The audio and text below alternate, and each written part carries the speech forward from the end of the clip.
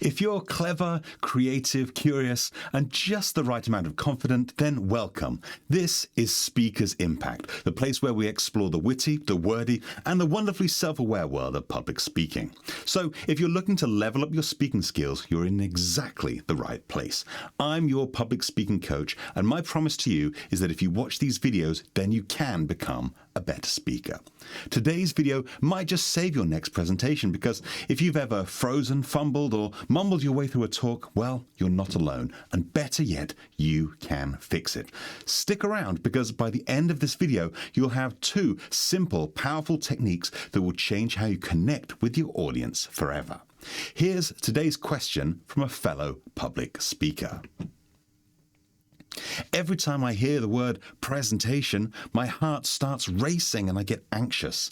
When I actually have to present, I often stumble over my words and lose track of what I'm saying. I also feel like my audience doesn't understand what I'm trying to communicate. What can I do? Well, that's a great question, and well done even for trying. That's a step that many people don't take. Let's be clear, no one is ever born a great speaker, and what you're experiencing is perfectly normal, and more importantly, it's beatable. You ask, what can you do? Well, people like us do things like this. We do 2 things. The first thing that we do is called desensitization. It basically means that the more that you practice, the better you get.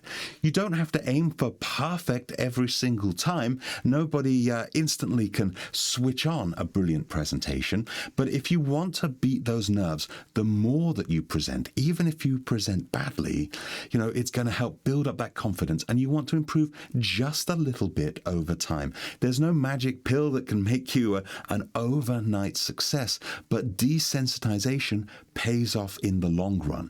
Think about anything that you do for the first time. It's always a little bit nerve-wracking, a little bit scary, but once you've done something for the 100th time, well, it's normal, it's routine. If you can desensitize yourself and normalize yourself to speaking in front of groups, whether it's groups of friends, groups in a meeting, fellow students, whatever it might be, that desensitization is really going to kick in.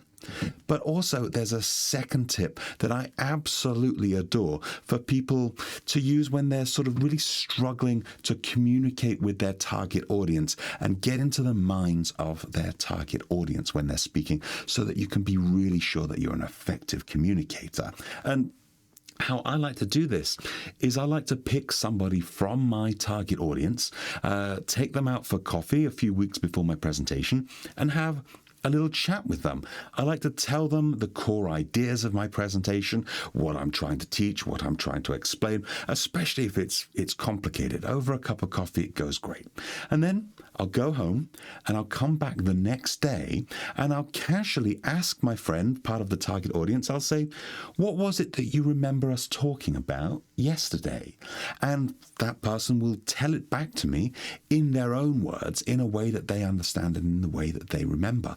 I'll write down what they say, and I'll realize that what I'm communicating with is not necessarily the words that I'm using, but the words that somebody else is giving back to me. I can do this a few times to find the best way to communicate with my target audience. I'll give you a brilliant example. When I was a teacher, I used to teach all kinds of complicated topics, and I had one topic that was just ridiculously complicated. Very few of the students got it. So I went to talk to the students who did understand it, the 2 or 3 sort of smartest students in the class. And I said, obviously, I'm not explaining this well. How could you explain it back to me? Can you teach your lesson back to me? And I listened to how they had understood it, how my ideas had formed in their brain, and they explained it in a much simpler, easier way with better metaphors and better communication. So I wrote it down, and the next time I had to teach that class, I didn't use my words. I used the words almost copy and paste from the target audience. And you know what? That second time around, everybody understood it. Everybody loved it. So that's a fantastic idea that you could use. Professional public speakers use this trick all the time. If this helped you, I'd love to help more people, but I need your help to do that. So please click subscribe because I'm looking for my first 100 real fans to help grow this channel, and share this video with someone you know who wants to look smart. They'll thank you for it, and hey, just by sharing it, you'll start to look smart. Win-win.